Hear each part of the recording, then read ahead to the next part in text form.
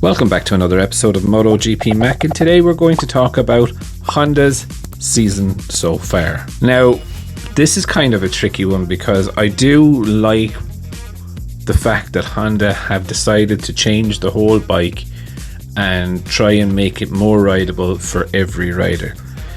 Right now, realistically, they're quite lost in the whole process, and you know, it is worrying, especially for Honda fans, to see them in this dire state in the season. But this was something that was probably either going to happen or not. You know, if they got the bike 100% right at the start of the year, it wasn't going to happen. But, you know, at the start of the year, Pole showed really good form on it.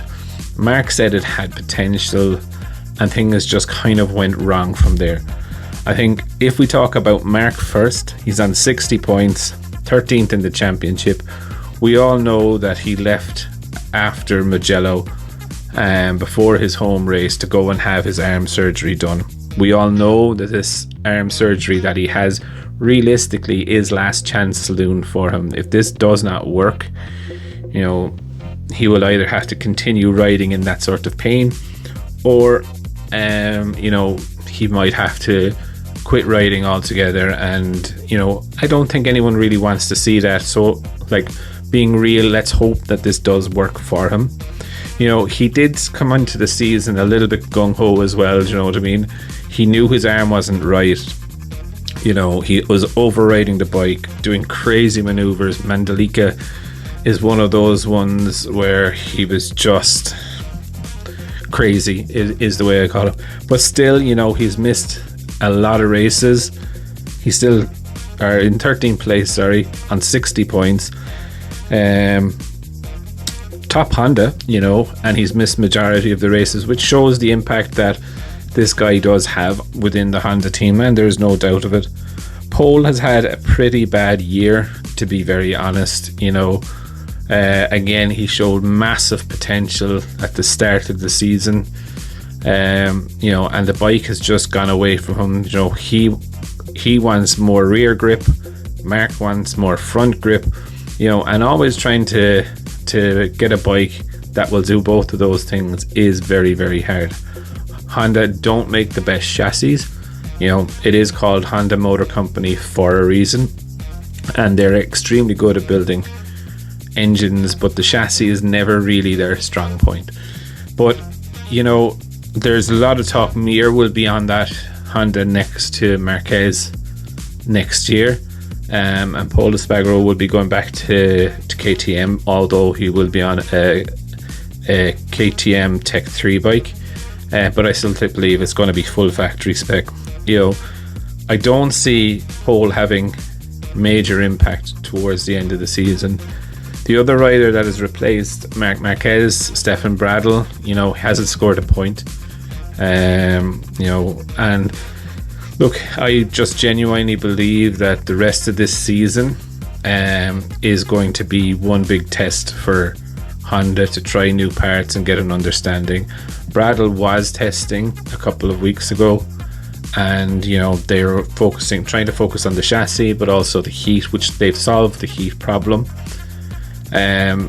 Mark should be back, I would think, for the Misano test to try the new bike to see how it feels. I hope that's where it stops this year for him, that he gets an eye in onto the bike, and maybe we see him again in Valencia or 2 or 3 races towards the end of the season, but that he takes enough time to recover and get over this injury and give himself the best chance of it.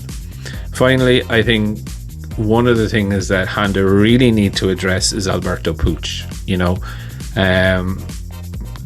if you said it was white, Puig would say it was black. You know, he's misleading an awful lot of the information, being called out by Simon Crafar a few times, where he had to admit that there was a problem with the bike. They were blaming Michelin, they were blaming everyone except Honda for Honda's problems. And you know, I don't think a team with lack of transparency like that are going to solve problems like this very quickly. I think it's going to be slow, or else they're going to take the shortcut, build the bike that Mark wants, and we fix the problem. Mark will start winning again, However, when Mark retires, we go into this lump again. So they may put a band-aid over it, and this would be kind of Pooch's management style. Rather than take a year of pain and fix it, put a band-aid over it, get back to winning ways, and we'll deal with that down the road. And look, you can kick the can down the road all you want to, but sometimes it's just going to come back and bite you. They've done 6 months of pain. They should really, in my view, stick with it, get it right, get a bike that everyone can ride. And I know people say, sure, what good is that to you? If you look at the Yamaha back in the like 2005 to 2015, anyone could get on a Yamaha and ride that Yamaha fast. Yes, it was a good chassis, but it was not just that it was a good chassis. Anyone could ride it. So I think that's the point. And if you look at Ducatis right now, anyone can ride a Ducati fast. I can guarantee you Alex Marquez will be faster next year on a Ducati than he was on a Honda. Do you know what I mean? And that's where I think Honda and Yamaha, in a way, should look to start doing that. Is like, take that pain now, get it sorted, and get it back there, and have more years where everyone can ride their bike. Maybe it might cost you one bad year.